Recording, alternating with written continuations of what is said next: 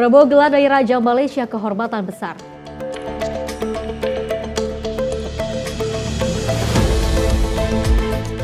Perayaan Imlek 2576 Kongzili di Bali.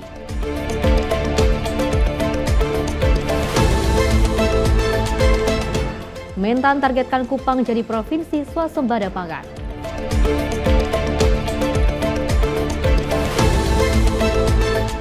Tiga belas siswa asal Mojokerto terseret arus di Pantai Drini, Gunung Kidul.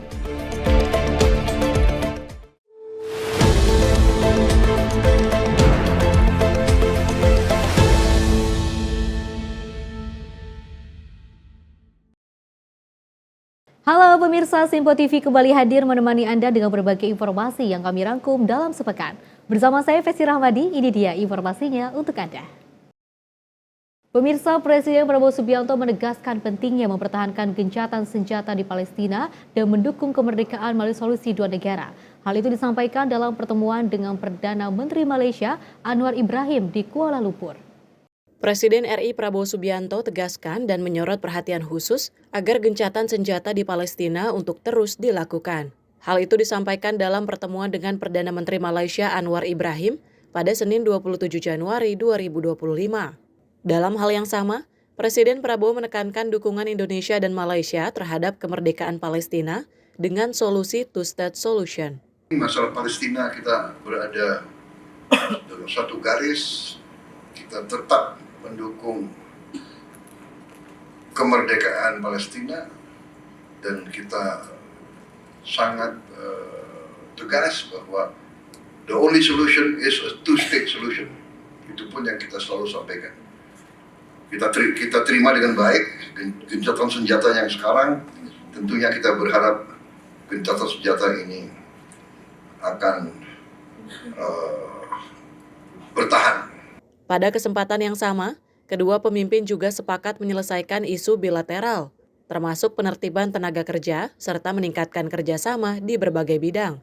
Kunjungan Presiden Prabowo ke Malaysia dilakukan atas undangan Raja Malaysia yang di-Pertuan Agong Sultan Ibrahim yang menganugerahkan penghargaan Darjah Kerabat Johor yang amat dihormati pertama. Tim redaksi Simpo TV melaporkan. Sementara itu pemirsa, Presiden Prabowo Subianto menyampaikan apresiasi atas anugerah Darjah Kerabat Johor pangkat pertama dari Sultan Ibrahim. Prabowo menyebutnya sebagai simbol eratnya hubungan pribadi dan juga sejarah panjang antara dirinya Kesultanan Johor serta Malaysia. Saat berkunjung ke Kuala Lumpur, Presiden RI Prabowo Subianto menyampaikan penghormatan atas penganugerahan Darjah Kerabat Johor pangkat pertama dari Raja Malaysia yang di-Pertuan Agong Sultan Ibrahim pada Senin 27 Januari 2025. Hal tersebut disampaikan Presiden Prabowo setelah pertemuan bilateral dengan Perdana Menteri Malaysia Anwar Ibrahim di Menara Kembar Petronas, Kuala Lumpur. Usai mengucapkan penghormatan atas penganugerahan yang diterima Prabowo, Perdana Menteri Malaysia Anwar Ibrahim lantas berkelakar mengucapkan lebih tinggi dari Dato' Seri. Candaan tersebut disambut tawa Presiden Prabowo dan hadirin. Saya juga mendapat kehormatan besar diterima oleh Yang di-Pertuan Agung, diberi upacara militer kebesaran, dan saya juga diberi gelar tertinggi dari Kerajaan Johor, Kesultanan Johor, yaitu gelar bintang kehormatan Darjah Kerabat Johor. Lebih tinggi dari Datuk Seri.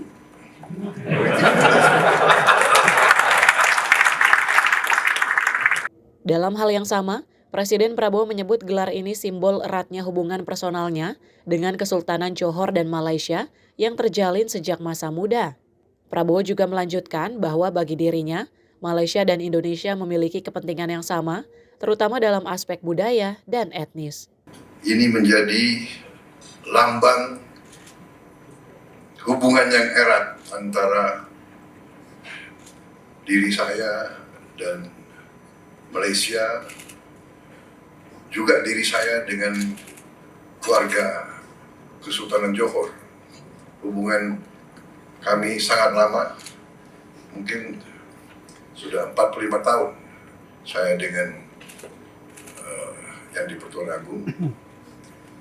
Waktu kita masih sama-sama muda, kita pernah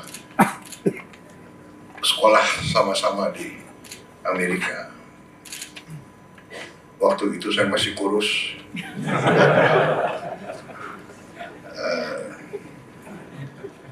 Jadi hubungan ini lama. Saya juga merasa kalau ke Malaysia saya ini pulang kampung. Karena saya dulu besar di Malaysia. Saya sekolah di Malaysia. Keluarga saya di Malaysia.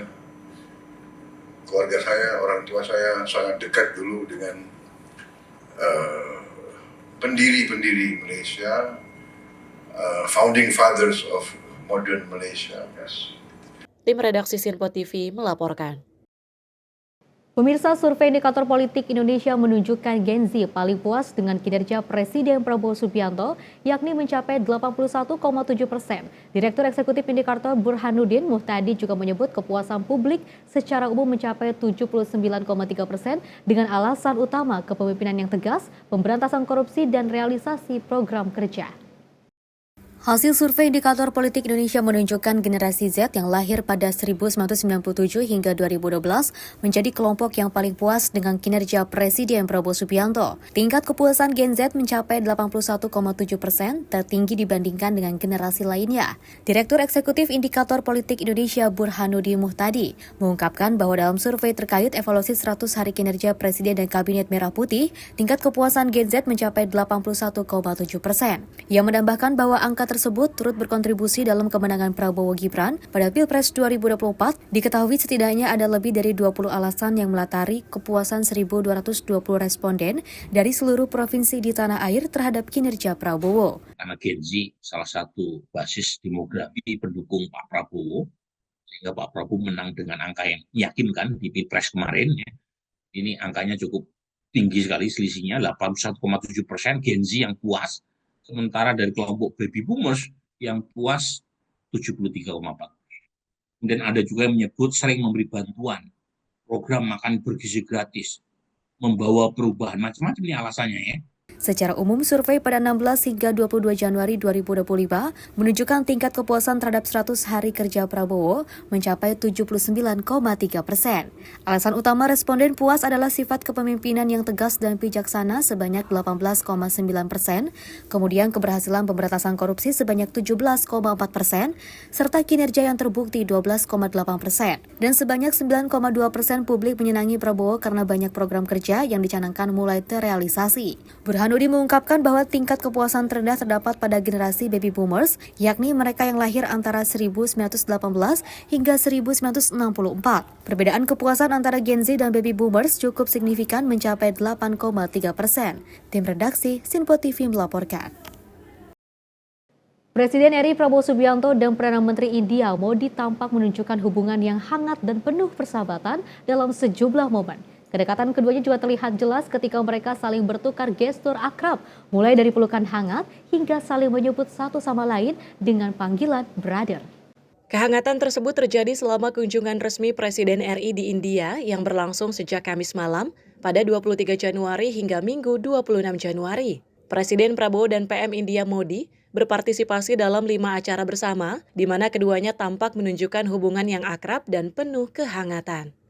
Pertama, saat upacara penyambutan kenegaraan di Rashtrapati Bhavan, Prabowo dan Modi terlihat berpelukan erat. Kedua, mereka melanjutkan pertemuan resmi di Hyderabad House diikuti makan siang bersama.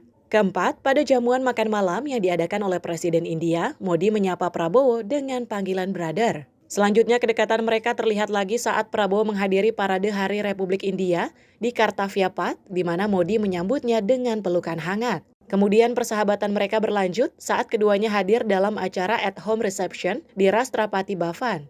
Terlihat Presiden RI Prabowo dan PM India Modi duduk berdampingan tampak menikmati acara dengan ceria.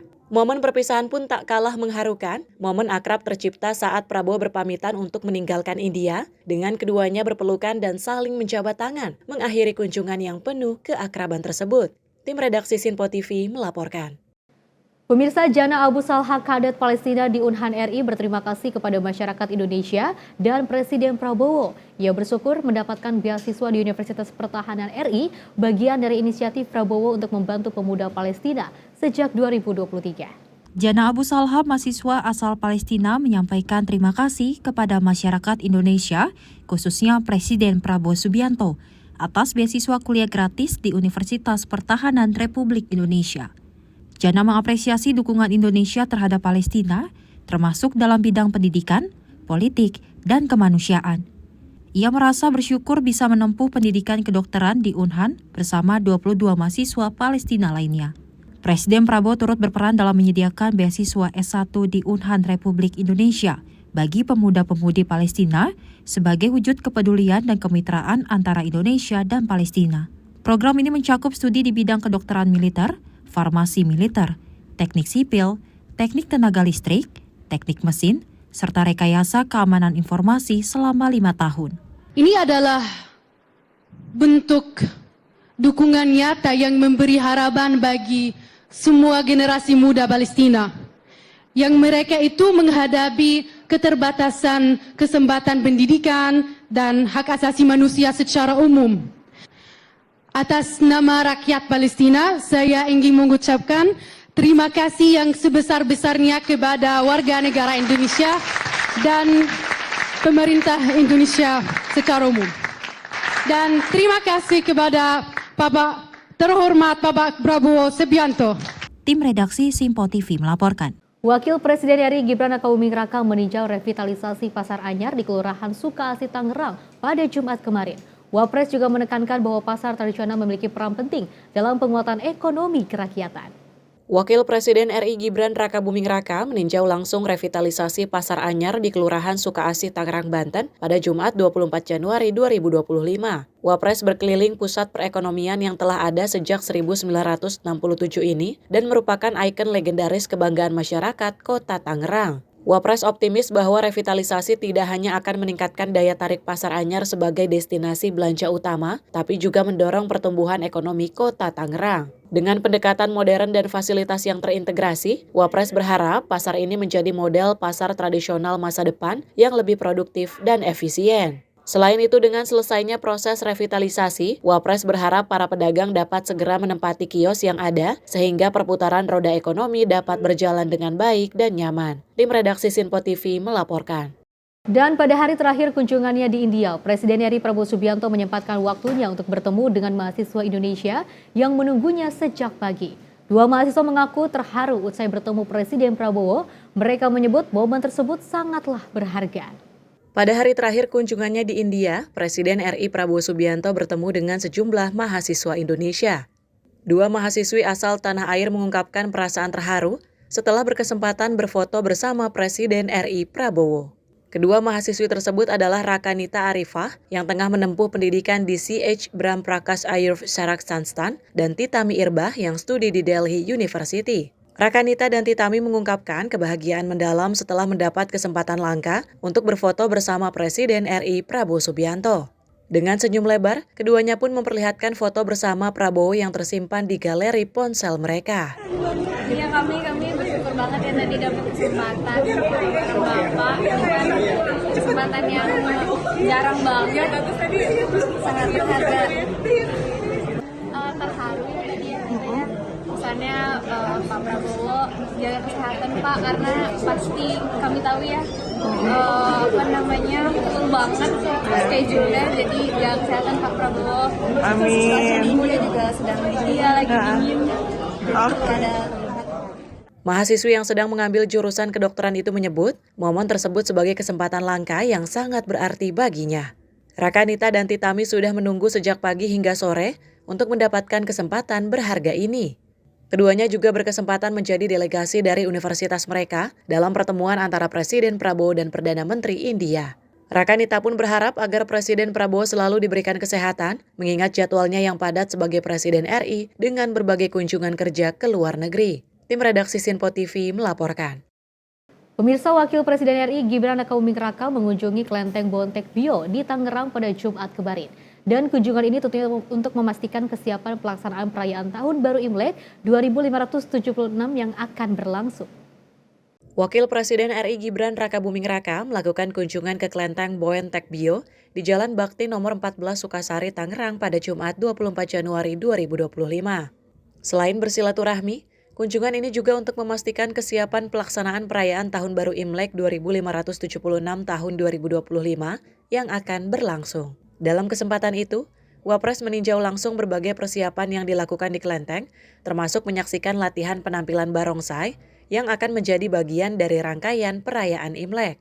Wapres berharap perayaan Imlek dapat berlangsung aman dan lancar. Wapres juga menegaskan komitmen pemerintah untuk terus dukung terciptanya suasana harmonis dan inklusif di Indonesia. Tim redaksi Sinpo TV melaporkan. Informasi menarik lainnya akan terus kami hadirkan usai jeda berikut ini.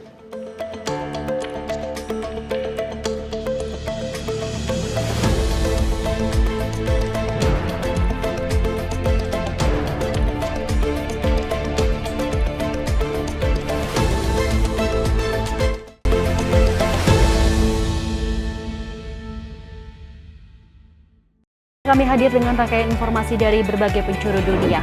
Topik dan isu yang tengah menjadi sorotan mancanegara dikemas dengan lengkap untuk Anda.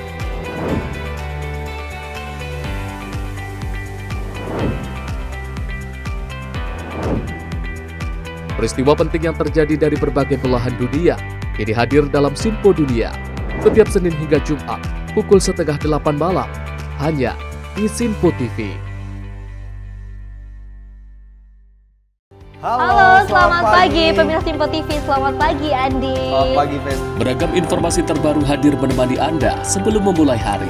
Itu memang dari Menteri Perhubungan juga mendukung, Betul. dari Menteri Keuangan juga mendukung, dan kita sebagai masyarakat pun juga Harus mendukung. Mengangkat isu yang tengah menjadi pembicaraan paling hangat. Semarakan pagi Anda bersama Menyapa Pagi. Setiap Senin hingga Jumat pukul 6 pagi hanya di Sinpo TV. Halo pemirsa, kami kembali hadir dengan sejumlah informasi yang kami himpun dari berbagai penjuru dunia. Rangkaian informasi yang membuat akhir pekan Anda begitu bermakna. Sebuah kelompok di Afrika Selatan memberikan layanan pertunjukan film dengan tenaga surya. Berita yang menjadi sorotan media dari dalam dan luar negeri. Kami hadirkan untuk menemani pekan Anda dalam Sinpo Dunia Sepekan, Sabtu dan Minggu pukul 9 pagi. Hanya di Sinpo TV. Pemirsa Sinpo TV kembali hadir menemani Anda dengan berbagai informasi yang telah kami rangkum dalam sepekan. Sajian lengkap informasi sepekan kami hadirkan untuk Anda. Badan Legislasi DPR menemui masa unjuk rasa di depan gedung DPR RI Senayan, Jakarta. Menemani akhir pekan Anda bersama keluarga dengan rangkuman berita menyeluruh dalam Sinpo Sepekan setiap Minggu pukul 6 pagi hanya di Sinpo TV.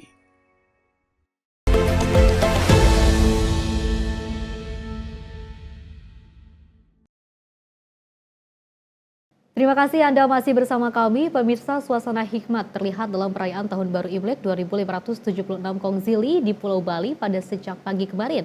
Ribuan umat silih berganti untuk melaksanakan persembahyangan, salah satunya di Vihara Dharmayana, Kelenteng Lingguan Bio, Kota Badung, yang berbeda dengan persembayangan Imlek di tempat lain. Akulturasi budaya sangat terlihat di Vihara Dharmayana Kelenteng Lingguan Bio, Kota salah satunya dengan ditandai penggunaan canang atau rangkaian bunga persembahyangan khas Bali sebagai sarana persembahyangan.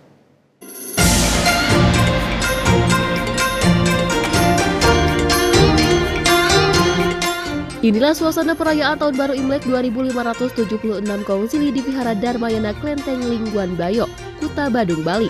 Pemasangan penjor atau bambu dengan hiasan janur sejak di depan gerbang menandai awal kentalnya akulturasi budaya Bali dengan tradisi masyarakat keturunan Tionghoa. Selain hiasan penjor, vihara juga dihiasi umbul-umbul dan hiasan janur dengan lampion berwarna merah. Penanggung jawab Vihara Dharmayana Kelenteng Lingguan Bayo, Adi Darmaja Kusuma, menyampaikan akulturasi budaya juga terlihat di dalam vihara, serta saat pelaksanaan persembahyangan. Sama dengan sarana persembahyangan umat Hindu di Bali, warga keturunan Tionghoa di Bali juga melaksanakan persembahyangan dengan tata caranya minimal membawa canang serta mengaturkan gebogan atau susunan buah yang digunakan untuk persembahan. Seusai melaksanakan persembahyangan, umat juga memohon tirta atau air suci untuk diminum serta dipercikan di kepala. Selesai di rumah, berbagi angpau pada anak, pada orang tua. Biasanya langsung ada yang ke sanak famili dan ke tempat ibadah juga. Di situ saling mengucapkan Gong Cipacai selamat tahun baru dengan harapan-harapan, demikian. Pak, terkait akulturasi dan tradisi yang dilaksanakan di vihara sendiri, khusus hari ini apa Pak? Akulturasi kita lihat dengan dekorasi yang ada penjor, ada sarana prasarana, amisa puja persembahan, ada gebok, ada gebogan, ada canang, dan payung, dan umbul-umbul lainnya. Itu merupakan tradisi yang sudah terjalin dari dulu sekali. Ya, ini karena histori daripada tempat ibadah ini, yang mana pujian utama yang mulia Dua Koco Tanu Cinjin dalam pengelanaannya di Bali itu didampingi oleh dua Mahapatih, yaitu Ide Bagus dan Kayu dan I Gusti Ngurah Tubuh, yang mana kita puja juga di pujaan di Bakti Salah, di altar utama juga, demikian. Pak, penggunaan canang itu memang rutin setiap ini Pak ya, setiap pelaksanaan upacara Pak ya? Kita di sini lahir di Bali, ya, kearifan lokal, karena bagaimanapun sarana untuk melaksanakan persembahyangan minimal ada kembang bunga. Karena di Bali ini kan sudah turun-temurun lah kita melihat canang, akulturasinya sudah terjalin, makanya minimal harus ada canang untuk melaksanakan persembahyangan di tempat ibadah ini. Di sisi lain, perayaan Imlek juga mendatangkan rezeki bagi penjual burung yang berjualan di sekitar vihara. Tradisi melepas burung sebagai pertanda melepas makhluk hidup yang terkungkung serta berbagi kebahagiaan kepada makhluk lain. Membuat penjual burung pipit mampu meraup omset lumayan karena mampu menjual sekitar 2.000 burung saat perayaan Imlek. Umat yang melaksanakan persembahyangan biasanya membeli burung pipit dalam jumlah belasan, puluhan hingga ratusan. Kalau untuk penjualan ini mendatangkan rezeki. Alhamdulillah, sementara laku gitu daripada hari biasa. Ini rata-rata lakunya berapa Pak? Ribuan apa ratusan burung ini Pak? Ya ribuan. Soalnya kalau Imlek itu kebanyakan melepas burung orang. Ini burung jenis apa ini Pak? Kalau ini burung pipit. Burung pipit ya Pak? Ya, burung pipit. Tak hanya dari Bali, umat dari luar Bali juga maupun wisatawan yang kebetulan berada di kawasan wisata Kuta. Juga banyak yang melakukan persembahyangan di Vihara Dharmayana Klenteng Lingguan Bayo. Penanggung jawab Vihara Dharmayana Klenteng Lingguan Bayo, Adi Dharmaja Kusuma, menambahkan momen ini menjadi waktu yang tepat untuk merefleksikan makna tahun ular kayu. Ular melambangkan kecerdikan, kebijaksanaan, dan kemampuan beradaptasi dalam segala hal. Sementara elemen kayu mempresentasikan pertumbuhan, pembaruan, dan kreativitas. Umat diharapkan segera pulih dari berbagai hal-hal lama dan sehingga pesan tahun ini adalah umat bisa move on dari hal-hal lama dan berani melakukan sesuatu yang baru untuk hasil yang lebih baik. Dari Bali, Bagus Raditya, Sinpo TV melaporkan. Hawa yang sejuk ditambah pemandangan alam yang indah membuat kawasan Batur Selatan Kabupaten Bangli, Bali menjadi salah satu destinasi wisata favorit saat melancong ke Pulau Dewata pada liburan panjang kali ini. Selain menikmati panorama keindahan Gunung Batur dan Danau Batur, hijaunya eksotisme hujan pinus di Desa Batur juga tidak kalah menggoda. Kini kawasan hutan pinus Desa Batur Selatan disulap semakin menarik, dilengkapi berbagai aktivitas permainan seru dan juga menantang yang makin memanjakan para pelancong. Terletak di garis khatulistiwa membuat Indonesia banyak memiliki hutan. Selain berfungsi sebagai paru-paru bagi wilayah di sekitarnya, hutan bisa menjadi tempat wisata yang tidak kalah menarik untuk dikunjungi. Salah satunya hutan pinus di wilayah Desa Batur Selatan, Kabupaten Bangli, Bali. Jika sebelumnya wisatawan yang berlibur ke kawasan Kintamani hanya disuguhi keindahan panorama Danau Batur dan Gunung Batur yang memiliki ketinggian 2.400 meter dari permukaan laut, kini berbagai atraksi wisata semakin membuat pelancong betah berlama-lama di kawasan tersebut. Bagi pengunjung yang ingin bersantai bersama keluarga, di sini dapat menjelajah hutan Desa Batur Selatan dan menikmati beragam wahana permainan mulai jembatan hutan, berseluncur di rainbow slide sejauh 60 meter, bersantai di ayunan, hingga aktivitas memanjat pohon atau climbing tree. Sambil menikmati keindahan hutan dengan pepohonan yang menjulang tinggi dan dedaunan lebat, pengunjung juga diajak menguji adrenalin dengan sejumlah aktivitas permainan yang menantang, mulai dari merasakan sensasi bermain flying fox hingga menjelajahi berbagai medan terjal di tengah kawasan hutan dengan mengendarai ATV. untuk bisa menikmati beragam wahana permainan yang ada. Harga per paketnya cukup bervariasi, mulai dari Rp50.000 hingga ratusan ribu rupiah. Memang hutan lindung ini memang bisa dikelola oleh kelompok yang ada di Desa Batur Selatan. Maka dari itu kami bersama kelompok bergerak melakukan inovasi-inovasi yang berkaitan dengan wisata alam. Sudah barang tentu di bawah tegakan hutan ini kami menjaga hutan ini, kami melestarikan hutan ini, hutan lindung ini. Di bawah tegakan ini kami bisa membuat wahana-wahana untuk wisata alam. Ya. Ini kenapa dipilih berbagai wahana Pak untuk destinasi wisata di sini nih Pak? Ya, terus terang rintisan kami, pikiran kami dari tahun 2018 itu memulai bahwa kami akan membuat sesuatu yang memang belum ada di tempat lain, kami buat di hutan Desa Batur Selatan ini. Salah satunya adalah Rainbow Slide. Kalau di Bali belum ada, ini satu-satunya. Jadi itu yang akan kami buat di sini, sehingga nantinya akan menjadi suatu tempat tujuan wisata alam ke Batur Selatan. Kalau mau dicari tahu konsepnya, itu konsepnya lebih ke wisata alam yang ramah keluarga. Jadi family friendly lah istilahnya, family friendly. Jadi anak-anak itu juga nanti bakal dapat edukasi di sini. Jadi edukasinya apa? Kita akan selenggarakan bahwa satu tamu atau satu pengunjung menanam satu pohon. Jadi kita tidak merusak, tapi kita menambah lagi jumlah pohon dan keanekaragaman hayati dalam bentuk pepohonan di hutan ini.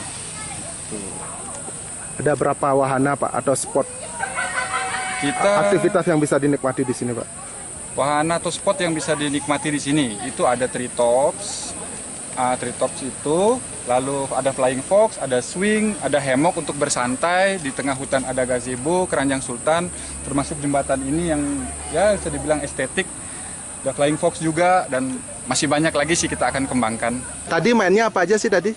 Rainbow slide dan ada flying fox juga, sama jembatan. Yang paling seru apa sih mainannya? Flying fox. Kenapa sih? Seperti Tarzan. Ya. Jadi meluncur gitu ya? Ya. Ini sebelumnya udah pernah mainan ke sini atau belum? Belum. Tapi seru banget. Iya. Kalau ada waktu libur lagi pengen ke sini lagi nggak? Mau. Pengen ya? Pengen. Pengen nyoba yang mana nih? Pengen nyoba yang mana lagi? Keranjang Sultan. Keranjang Sultan ya. Selain itu apa lagi? Flying fox, rainbow slide. Ya, banyak. Iya. Tempatnya sejuk di pegunungan, jadi bagus untuk weekend. Untuk anak-anak juga sangat sangat bagus lah untuk anak-anak lah, karena anak-anak itu senang dengan permainan seperti ini di di dekat hutan. Ada flying fox, ada mengerti dengan alam. Itu untuk kami, untuk anak-anak itu lebih bagus di tempat-tempat seperti ini, di dekat dengan alam. Ada permainan yang tidak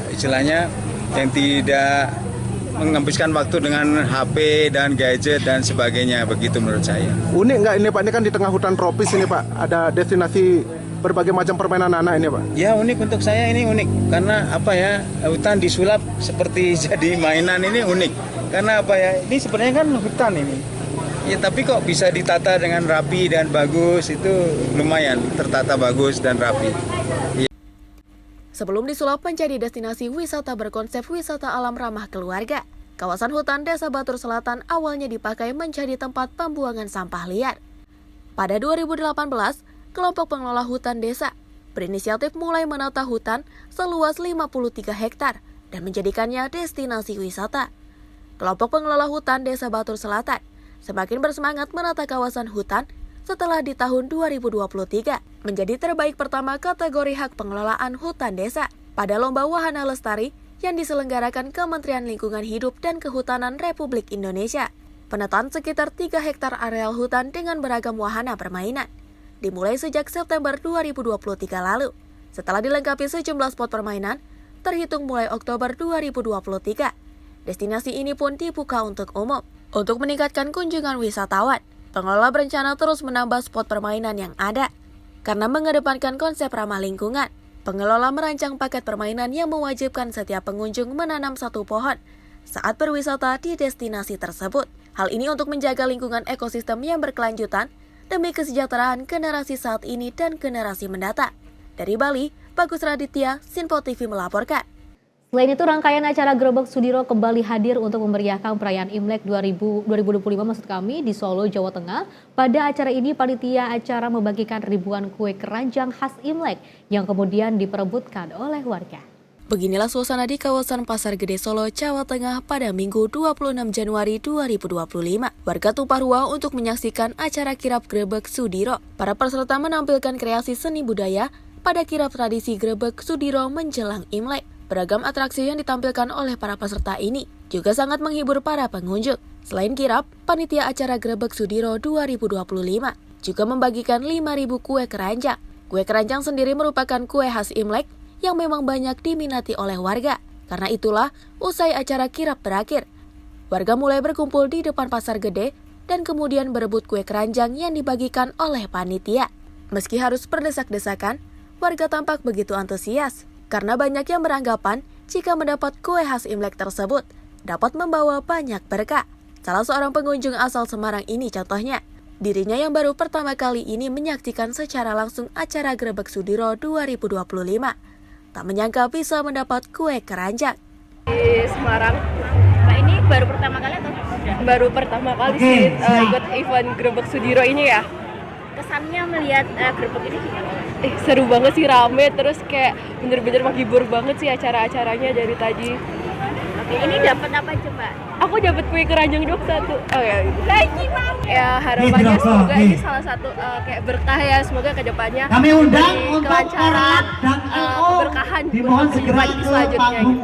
Pengunjung lainnya, yakni Rafika juga menyampaikan hal yang sama. Dirinya juga baru kali ini menyaksikan acara Grebek Sudiro dan merasa kagum dengan antusias warga yang datang untuk merebut kue keranjang tersebut. Ya, tiap tahun ikut, cuma kali ini kita juga lagi liputan bikin film dokumenter. Tapi kan rekam dari sini, nggak sengaja dilempar dari sana malah dapat gitu. Vivo Y1 warna hitam. Dari kue keranjangnya itu apa? Dapat kue keranjang percaya? Sama Realme. Biasanya ini tuh berkah gitu ya buat sepanjang tahun ini. Kalau dapat banyak duitnya jadi lebih banyak. Di dalam tas yang berwarna. Jadi kami kemarin sempat ngobrol dengan Pak Wali maupun dengan panitia Grebek. Kami berharap tampilan ke depan ini semakin ditingkatkan karena event ini bukan event lokal, sudah menjadi event nasional. Tentunya kita berharap mancanegara pun bisa menikmati acara ini karena kearifan lokal di mana gunungan isinya kue keranjang, kemudian ada cakwe, bolang-baling, buah-buahan dan sayuran ini mungkin adanya di Indonesia hanya di Kota Solo. Nah ini tentunya sudah salah satu kearifan lokal yang bisa bersama-sama terjadi akulturasi dengan teman-teman Tionghoa.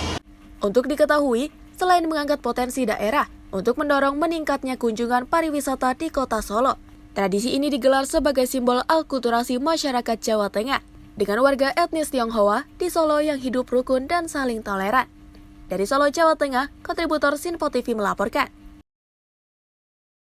Pemirsa, arus lalu lintas di jalur puncak Kabupaten Bogor terpantau lengang pada Rabu kemarin. Satlantas Polres Bogor juga mencatat sebanyak 10.000 kendaraan melintasi jalur tersebut, baik yang naik maupun turun, dan pihak kepolisian juga telah menerapkan sistem ganjil genap pada pukul 6 hingga 9 waktu Indonesia Barat.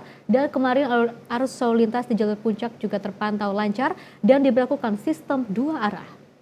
Satlantas Polres Bogor masih memberlakukan sistem ganjil genap atau GG di jalur puncak Bogor, Jawa Barat pada Rabu 29 Januari 2025. Kebijakan ini dilakukan guna mengantisipasi kerumunan dan lonjakan kendaraan pada momen libur Isra Miraj dan Tahun Baru Imlek 2025.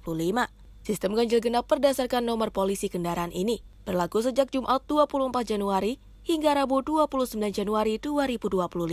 Informasi terkait kebijakan ganjil genap ini diumumkan melalui akun Instagram @sarlantaspolresbogor.tmc. Adapun aturan penerapan ganjil genap masih sama seperti sebelumnya.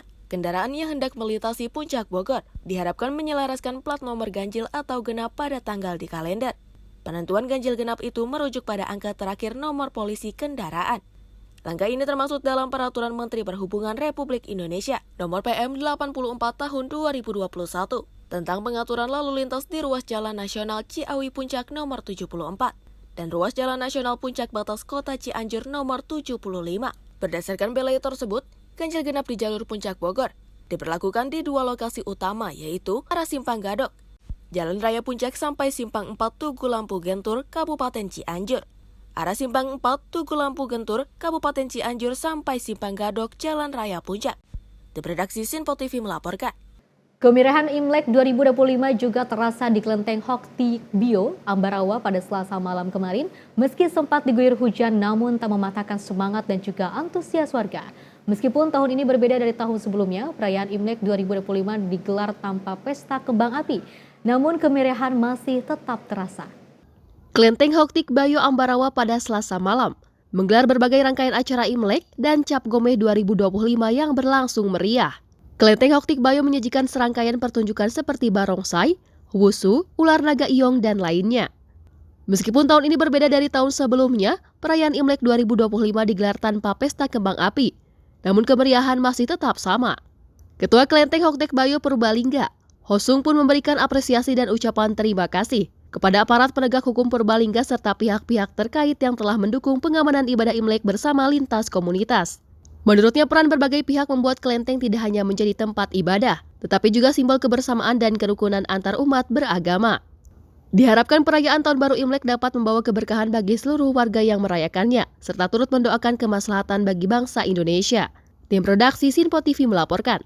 Sementara itu, Kota Singkawang resmi membuka perayaan Festival Imlek dan Cap Gomeh 2025 dengan meriah di Stadion Kridasan pada Senin 27 Januari 2025 malam. Acara dibuka dengan penampilan dari seni tradisional khas Tionghoa dan penampilan barongsai serta naga. Kota Singkawang, Kalimantan Barat, kembali menghadirkan kemeriahan yang selalu dinanti-nantikan. Perayaan Imlek dan Festival Cap Gomeh 2025. Acara yang menjadi salah satu daya tarik wisata unggulan ini resmi dibuka oleh pejabat atau PJ Gubernur Kalimantan Barat Harrison. Perayaan Imlek tahun ini juga dirangkaikan dengan Festival Cap Gomeh, menjadikannya momen penting untuk mengenal lebih dalam nilai-nilai budaya Tionghoa. Para pengunjung pun sangat takjub menyaksikan penampilan yang disuguhkan di atas panggung. Meskipun kondisi cuaca sedang turun hujan, namun masyarakat tetap semangat dan antusias untuk menyaksikan pembukaan acara tersebut.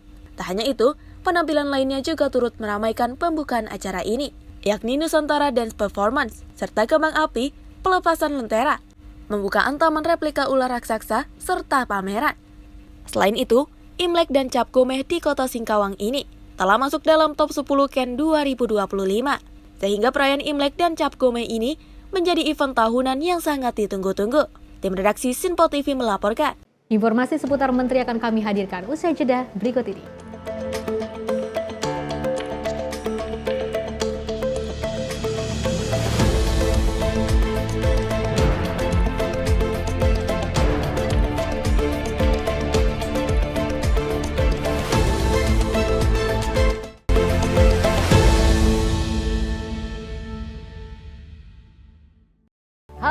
Selamat malam pemirsa, senang sekali rasanya kami mengisi ruang informasi Anda. Akhiri aktivitas Anda dengan rangkuman perkembangan peristiwa yang terjadi sepanjang hari.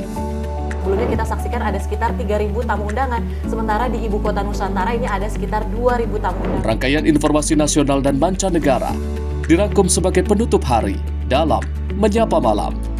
Setiap Senin hingga Jumat pukul 8 malam, hanya di Sinpo TV.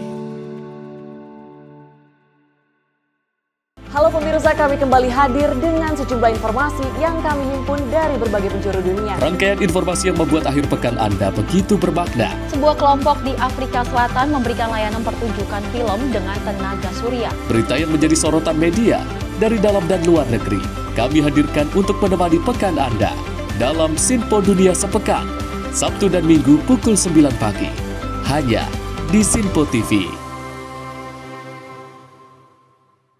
Kami hadir dengan rangkaian informasi dari berbagai penjuru dunia. Topik dan isu yang tengah menjadi sorotan mancanegara dikemas dengan lengkap untuk Anda.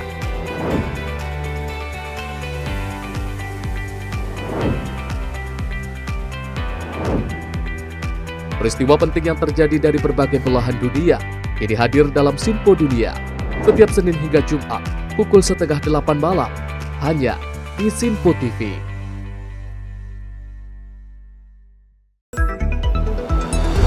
Jadilah yang pertama Mengetahui perkembangan terkini seputar informasi dari lembaga parlemen. Punya data nasional, tidak ada satupun backup berarti kan? Tiba-tiba ada putusan yang nggak masuk akal dan seperti ini gitu. Kita biarkan rekomendasi kepada KPK. Periksa! Kami hadirkan informasi paling akurat untuk mengawal setiap informasi dalam rapat komisi dan paripurna. Tentunya bersama saya Andi Rezaldi yang telah kami rangkum dalam program Sinpo Parlemen. Saya Arif Tufan. Saksikan Sinpo Parlemen setiap Sabtu pukul 6 pagi, hanya di Sinpo TV.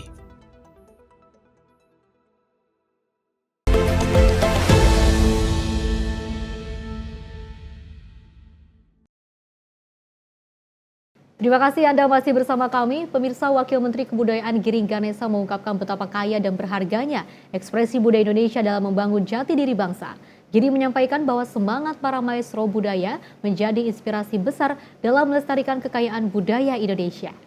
Ia menegaskan bahwa kebudayaan adalah proses yang terus berkembang. Ekspresi budaya yang muncul hari ini akan menjadi bagian dari tradisi 10, 20, hingga 30 tahun mendatang. Oleh karena itu, pembinaan dan pengembangan kebudayaan tidak boleh berhenti. Giring juga menceritakan momen bersejarah pada Desember lalu, ketika 3 warisan budaya tak benda Indonesia, yakni kebaya, kolintang, dan reok Ponorogo berhasil dienkripsi UNESCO. Selanjutnya, dalam upaya revamping the national identity, Giring menyoroti pentingnya narasi-narasi besar budaya Indonesia seperti Muaro Jambi, pembuatan keris, Borobudur, hingga gerakan bangsa berkebaya. Giring juga menyampaikan visi besar menjadikan Indonesia sebagai ibu kota budaya dunia. Dengan kekayaan budaya yang tak tertandingi, ia yakin Indonesia memiliki peran besar dalam memajukan kebudayaan global. Dalam semangat keberagaman dan pelestarian budaya, Indonesia terus bergerak menjadi pusat kebudayaan dunia, mempertegas identitas bangsa yang kaya dan harmonis. Tim redaksi Sinpo TV melaporkan. Sementara itu, pemirsa, Menteri Pertanian RI Andi Amran Sulaiman berkunjung ke Kupang NTT dengan menyampaikan optimismenya jika NTT mampu untuk swasembada pangan. Mentan Amran juga menyimpulkan bahwa Kupang memiliki potensi baik bagi petani untuk memicu ketahanan pangan lokal secara berkala. Menteri Pertanian RI Andi Amran Sulaiman menegaskan komitmen pemerintah untuk menjadikan Nusa Tenggara Timur sebagai provinsi swasembada pangan di bagian timur Indonesia dalam waktu maksimal 3 tahun. Amran menyebutkan bahwa potensi lahan sawah di NTT mencapai 300.000 hektar. Menurutnya dengan pengelolaan yang optimal, NTT mampu menjadi tulang punggung ketahanan pangan nasional. Setelah kami mengunjungi NTT ini, potensinya luar biasa. Ada 300.000 hektar potensi lahan. 200.000 hektar saja berhasil kita tanami 2 kali setahun. Itu artinya apa? Tanam 2 kali berarti 800.000 hektar. Kalau dikali produksi 5 ton, itu 2 juta ton. Kebutuhan NTT hanya 1,3 juta ton. Bisa surplus 700.000 ton. Kita harapkan ke depan NTT swasembada. Artinya apa? Kalau swasembada, inflasi terkendali, kemudian biaya harga pangan rendah. Lebih lanjut, Amran menegaskan swasembada pangan di NTT dapat mengurangi ketergantungan pada pasokan dari provinsi lain, seperti Sulawesi Selatan dan Jawa Timur. Tim redaksi Sinpo TV melaporkan. Wakil Menteri Sosial RI Agus Jabo Priyono meninjau posko darurat banjir bandang di Grobogan, Jawa Tengah pada Minggu kemarin. Bersama personil Tagana, Pemkab TNI dan juga Polri, Kemensos pastikan keamanan dan juga kenyamanan warga terdampak. Banjir bandang yang melanda Kabupaten Grobogan, Jawa Tengah pada Senin 20 Januari 2025 menyebabkan kerusakan luas, menghancurkan belasan rumah, menyebabkan ratusan warga mengungsi.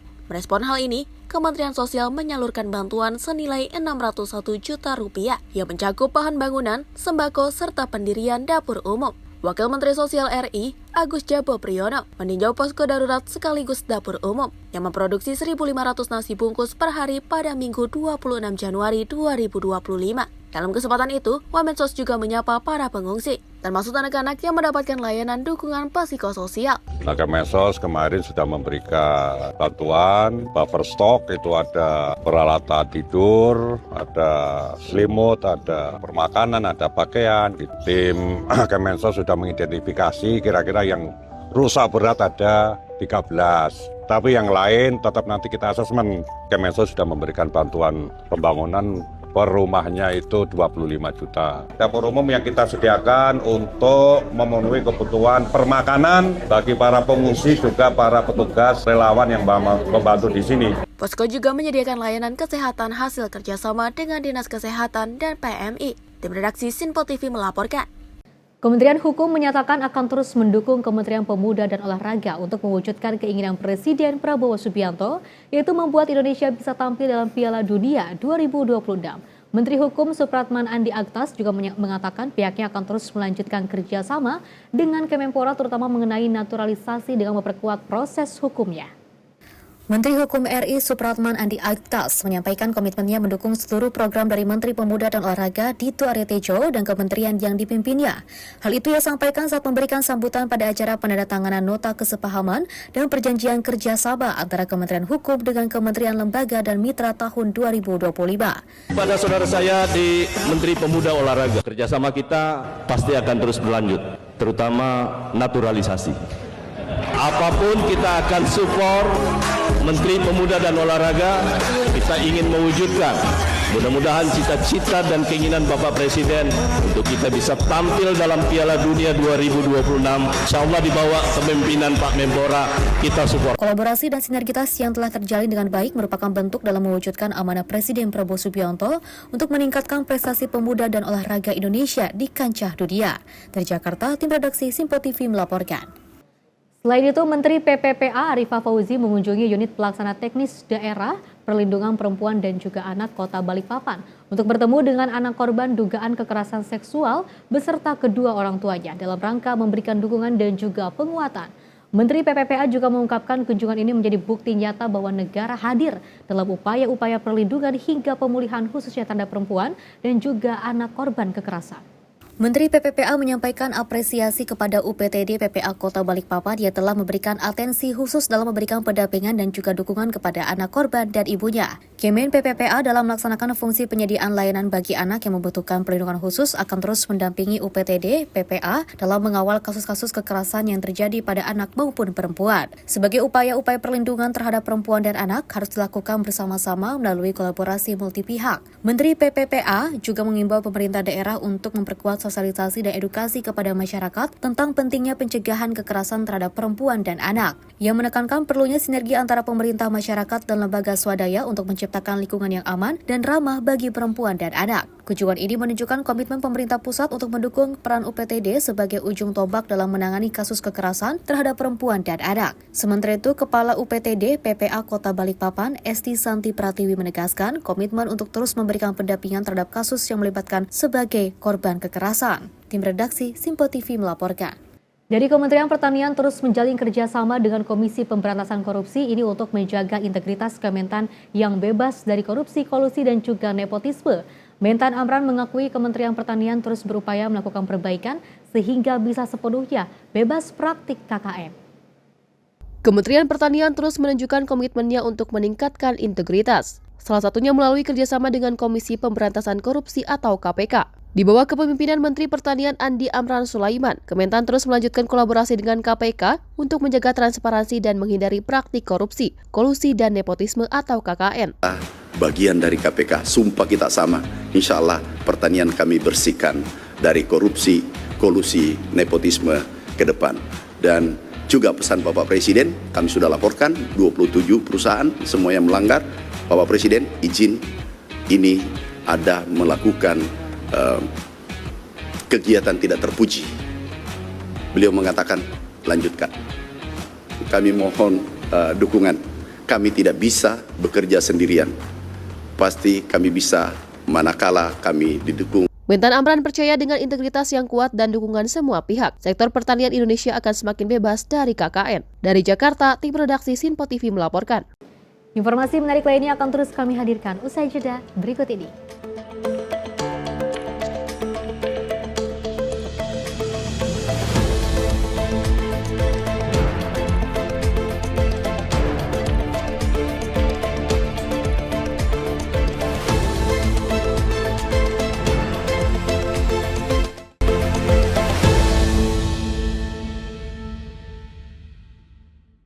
Kami hadir dengan rangkaian informasi dari berbagai penjuru dunia. Topik dan isu yang tengah menjadi sorotan mancanegara dikemas dengan lengkap untuk Anda.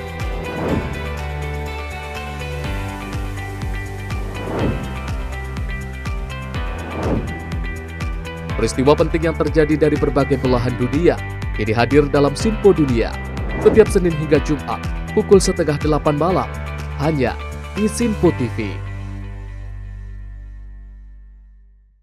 Halo, selamat pagi pemirsa Simpo TV. Selamat pagi Andi. Selamat pagi, Fen. Beragam informasi terbaru hadir menemani Anda sebelum memulai hari. Itu memang dari Menteri Perhubungan juga mendukung, Betul. dari Menteri Keuangan juga mendukung, dan kita sebagai masyarakat pun juga Harus mendukung. Mengangkat isu yang tengah menjadi pembicaraan paling hangat. Semarakan pagi Anda bersama Menyapa Pagi.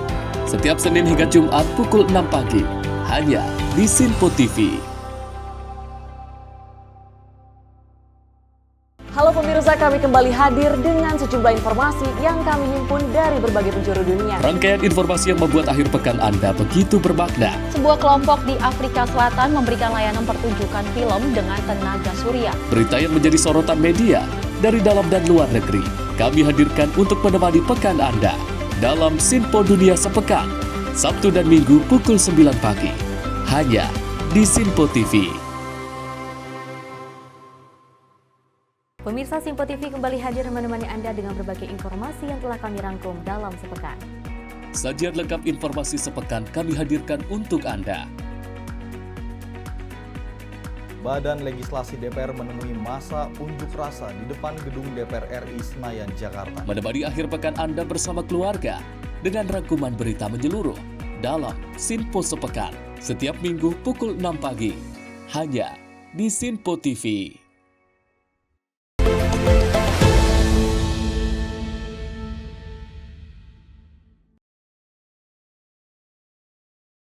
Terima kasih pemirsa, Anda masih bersama kami. Belasan wisatawan rombongan pelajar dari SMP Negeri 7 Mojokerto, Jawa Timur terseret ombak pantai Drini Gunung Kidul, Yogyakarta pada Selasa pagi.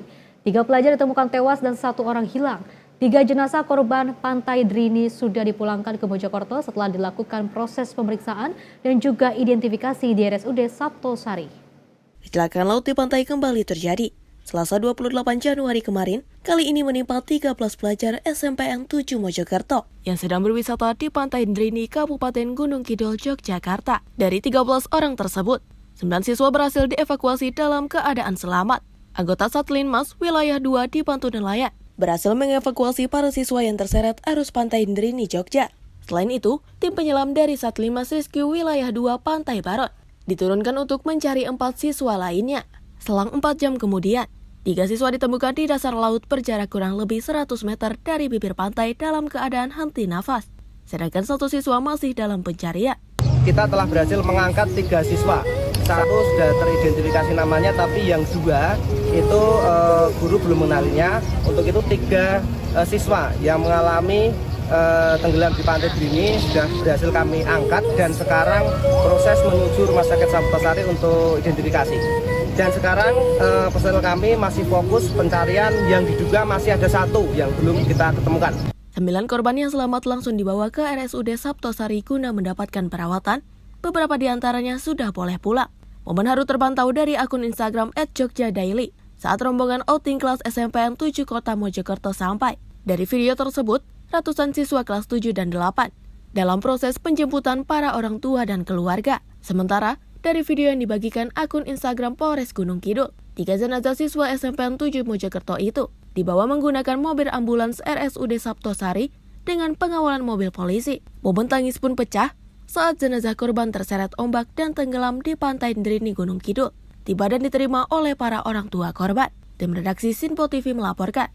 Selain itu, hujan deras yang mengguyur bagian wilayah Kabupaten Tangerang sejak Selasa siang telah mengakibatkan bencana alam banjir dengan merendam ratusan rumah warga dan berdampak terhadap 680 kepala keluarga. Hingga kemarin, tim BPBD Tangerang dibantu tim damkar dan juga penyelamatan melakukan evakuasi dan juga membantu mobilisasi masyarakat yang aktivitasnya terganggu akibat banjir. Banjir melanda 5 kecamatan di Kabupaten Tangerang, Banten akibat hujan dengan intensitas tinggi sejak kemarin.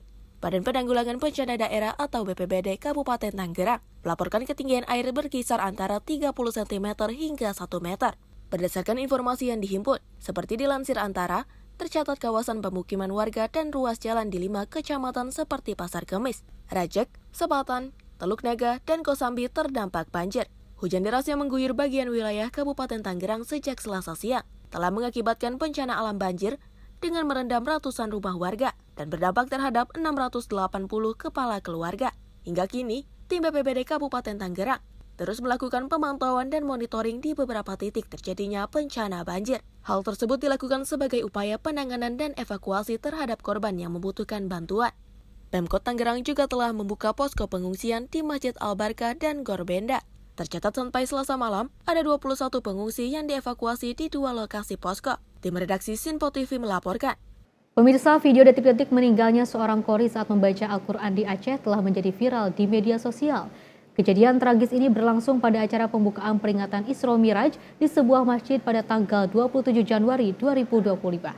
Video detik-detik meninggalnya seorang qori saat membaca Al-Quran di Aceh telah menjadi viral di media sosial. Kejadian tragis ini berlangsung pada acara pembukaan peringatan Isra Miraj di sebuah masjid pada tanggal 26 Januari 2025. Dalam video tersebut, qori yang sedang membacakan surat Al-Isra tiba-tiba terjatuh dan meninggal dunia di podium, meninggalkan kesedihan mendalam bagi para jemaah yang hadir.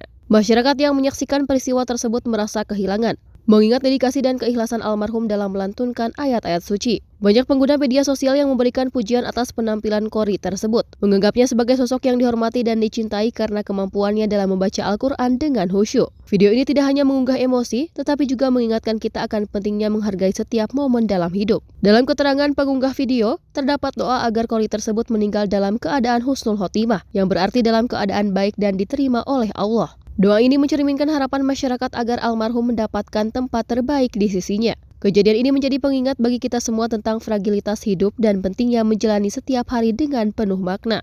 Dari Jakarta, Alwendi, tim Sinpo TV melaporkan. Pemirsa, mobil sedan mahasiswa Unpad tabrak 5 kendaraan dan tewaskan tukang parkir di Desa Cikeruh, Kecamatan Jatinangor pada Senin kemarin. Insiden tersebut terjadi di depan kantor Bank BUMN cabang Jatinangor dan diduga mobil sedan yang melaju ugal-ugalan.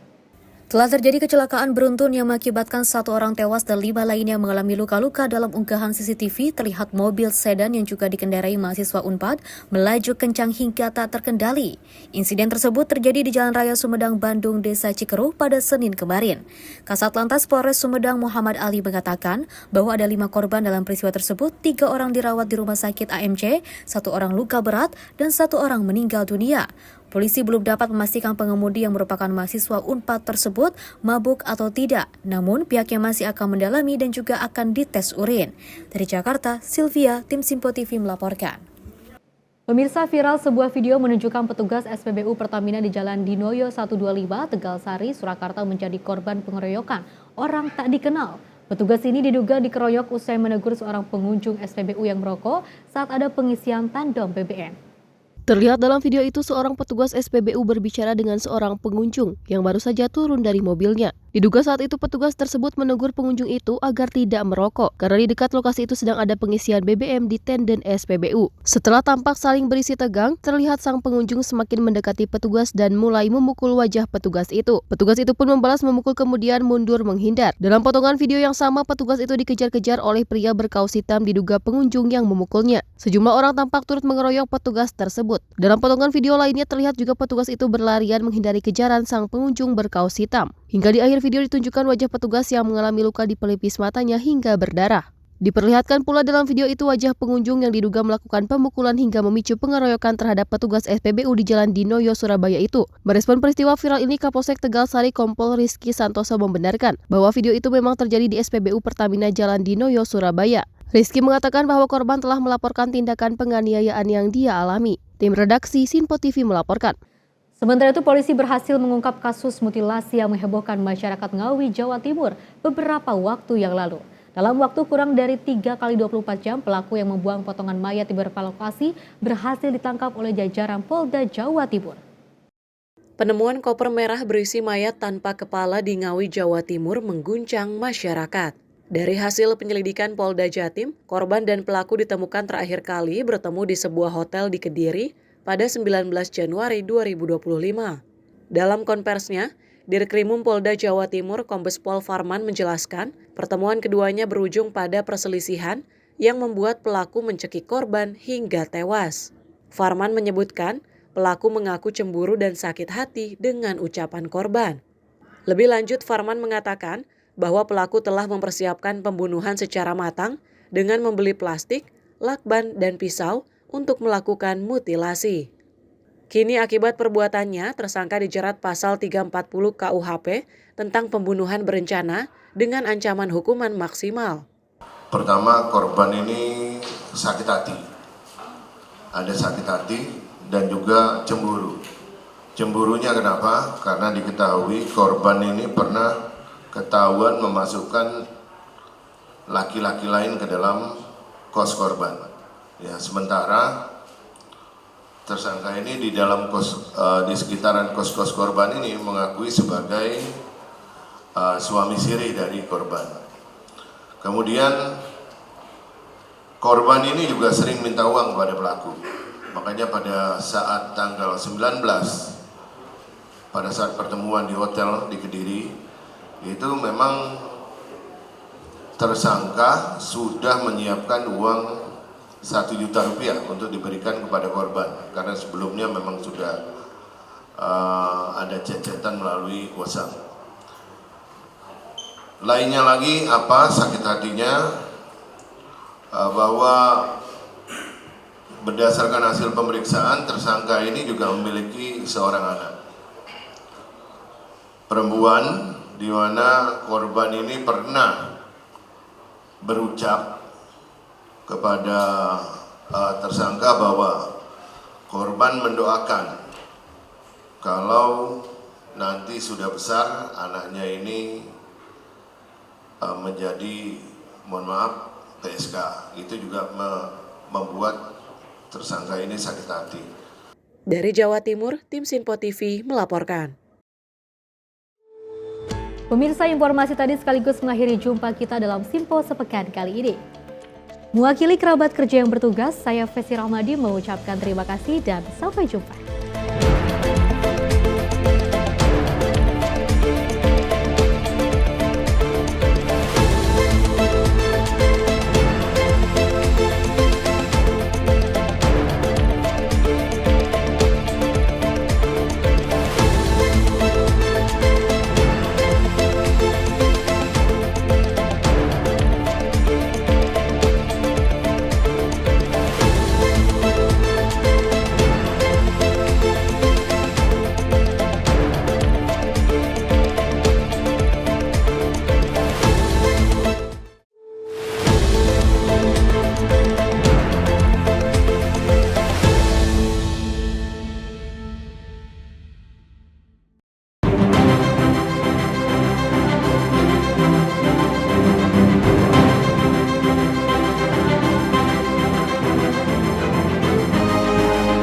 Sinpo TV, News, Sport, Entertainment.